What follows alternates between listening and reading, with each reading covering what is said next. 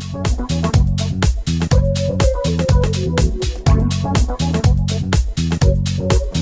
we are, tasting wine with Pete and Dave.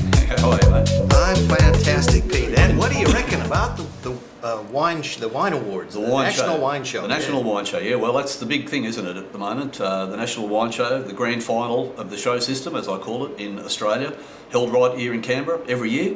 And yeah, a big event, lots of people, and yeah, a lot of interesting. And the dinner in the Grand Hall. Oh yeah, Parliament House. Yeah, a bit of a buzz to say, yeah, I was sitting in the Grand Hall. This is where all the politicians sledge each other and walking past and do all this. Well, we were there, you know, and we would. It was a great event. I feel really privileged to have been able to be involved and amongst the people that are the movers and shakers in the industry. I mean, there was some pretty highfalutin characers at that dinner. James Halliday and his eyebrows. Yes. And a lot of other people too, and all the trophy winners and the winemakers all mingling with their agents, and there's a lot of that happening. It's like the Oscars of the wine industry. Yes. So yeah, a great night. It was great. And of course, for those of us who had the opportunity to try the wines the next day, which what was an yesterday. opportunity! That was fantastic. To go through all those wines that are there that were entered, and it's incredible how often you look through the list of wines and you think, oh, there's a heavy hitter that I know, there's a famous label that didn't do so well, and you think, I wonder why that missed out on the medals, and yet here are the others that won, and that's really quite fascinating to be able to do. Pete, I know you told me you got through probably in the neighborhood of 200 of those wines yesterday. Yeah. I only made through just over 60, so but I feel pretty good about it because I'm probably a little out of practice. I'm not doing this as much as I used to when I was involved in the industry. As much as I was in New Zealand. Yeah. So well, the thing is too that you could say, okay, you need a bit of focus. You do need practice to be able to assess the wines reasonably quickly and to form a quick value judgment because you haven't got time to sit there and dwell on each one. And of course, you go to those sorts of events as you do at the dinner and at the tasting where every man and his child wants to have a chat to you because that's what people do. They all gather, what do you think about this? Come and look at this, come and look at that. And that's part of the fascination as well. A great privilege and a great opportunity, and it happens once a year here in Canberra, and yeah, we're lucky to be able to do that. Absolutely. So, now, what we've got here today, Pete, we've got 3 whites that were in the show and obviously took some accolades in the show, and then I've got 3 reds. Unfortunately, I'm a little bit gutted. I had the Xanadu Cabernet, but I had it set aside last night, and I lost it. You lost it, so we'll have to see if we can I won't go into any details. We won't go into details about how it got lost, but we'll see if we can get hold of some more so we can review it another time. So now, this took a trophy. This is the Robert Oatley Signature Series Riesling, and this is the 2013 vintage. 2013, so very new, very fresh, and as we've said before in reviewing the Robert Oatley wines, the guy behind this, Larry Cherubino, a bit of a star. And always good to see something like this that's reasonably widely available, winning gongs and becoming recognised for the quality so that people can actually go out and buy it. It's all very well to have limited release single vineyard wines, and we do encourage that sort of stuff, and it's great to see it. But it's also a good plug to have a wine that's reasonably widely available that punters can go and buy. This is one such wine. That's very aromatic for a Riesling. Beautiful nose. Well, I mean, you want Riesling to be aromatic, but it's interesting being so young as a 2013 that it still jumps up out of the glass at you. Great Southern in WA, been recognised for quite some time as an area where top Riesling comes from, but quite different in style from the heartland regions of South Australia. So you don't get the same character that you do in Clear Valley or Eden Valley Riesling. There's a bit of a minerally edge to this. Just a little bit of a minerally edge, and I get a real zesty sort of apples. Oh yeah. Green apples is a good call. On the nose, you do get that, but it's all about pristine Riesling fruit. Really clean and fresh and zingy. And this will develop into. I tasted some of those aged Rieslings, and oh, how beautiful they are with that. With those age characteristics, and this will be one of those that will age very well. I don't think there's much risk about it going the distance. If it stays in people's cellars. I was going to say the only issue with that will be whether it all gets drunk over the next 12 months, which is entirely likely. Because it's so appealing as a fresh young style of wine. And we've seen a few wines from these folks, Robert Oatley. They've dropped off a few bottles for us to try before, so it's good to see people who are making an effort to get out there and promote their wine. And very reasonably priced. Oh yeah, for sure. Beautiful. Now, the next one we've got, and I understand this wins accolades pretty regularly. Yeah, it does. This is the Hegge's Riesling. Now, this is a 2012 Riesling. Okay. Yep. And I think this is what's on the shelves at the moment as well in shops around the country. Yeah. Made by the folks at Yalumba. Wow, look at the colour. Yeah, absolutely. Yeah. Still pretty clear, but, you know, very bright. It's a bit darker than the Robert Oatley. Yeah, was, an extra little bit year more. makes a difference, but still very, very bright, Yeah. very clean. Yeah. Quite aromatic, but maybe not as obviously aromatic as Not the as Oatley. the Robert Oatley, no. But still, But lovely, yeah. well, still got that classic white flowers I like to think of as Eden Valley, a very floral, lifted sort of aromatic profile, which is typical of Eden Valley Riesling.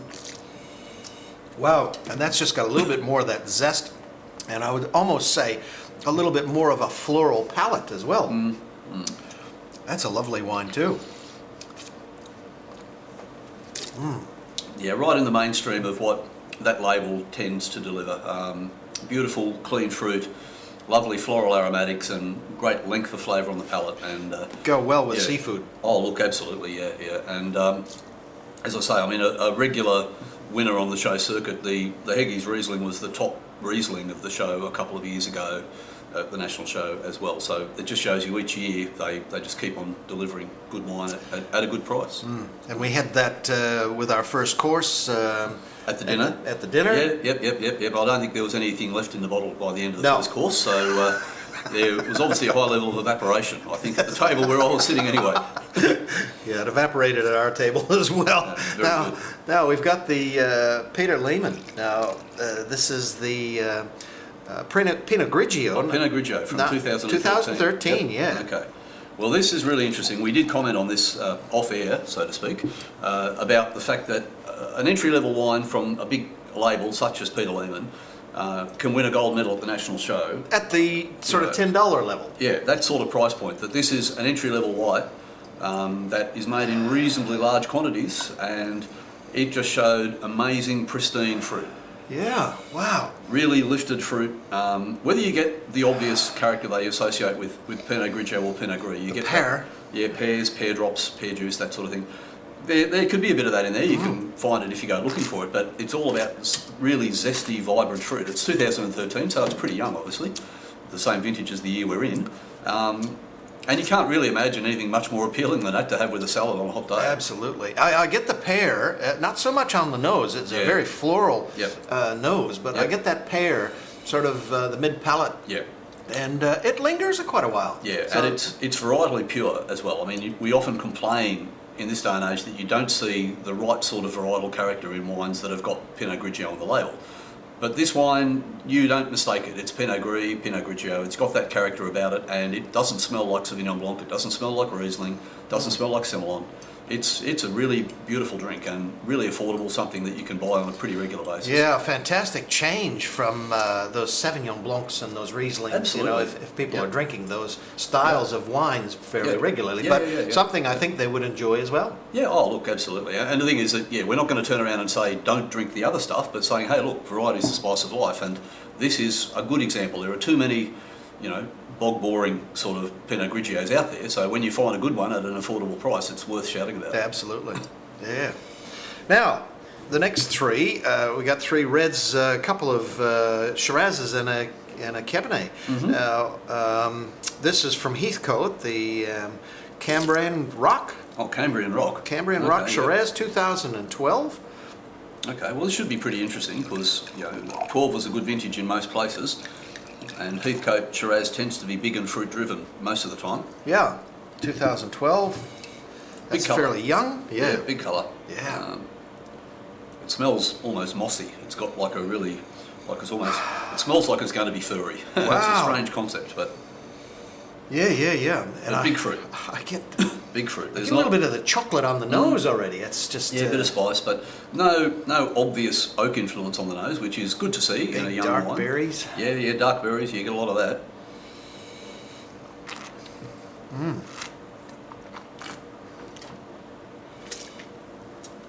Oh, wow. Wow, you're right. I just got the furry. there's a bit of tannin in there. But that's lovely. It's a lovely, lovely balanced. Yeah, a lot of luscious blend fruit, but then that tannin kicks in and goes, sucks all the moisture out. And you would think they'd be grape tannins rather than oak tannins because it's not spent a lot of time in oak.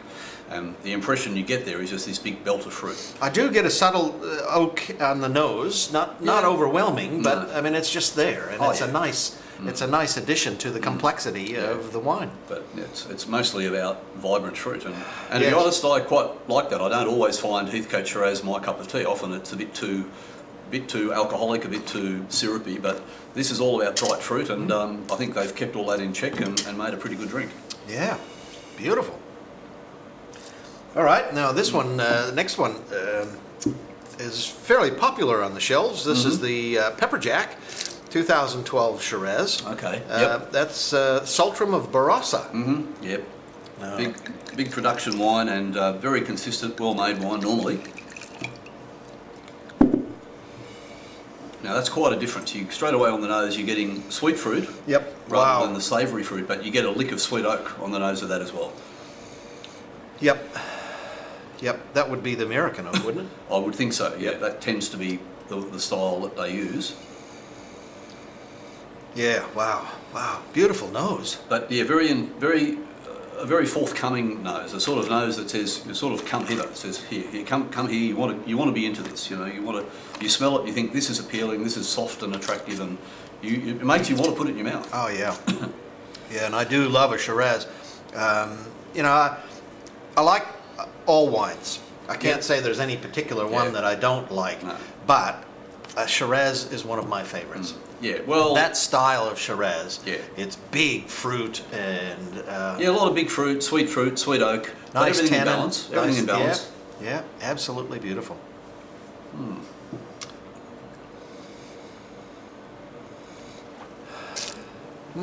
And for a young wine, very, very easy to drink. There's a bit of tannin there, which you would hope in something as young as that, but we keep hearing 2012 is a good vintage, and it looks pretty smart.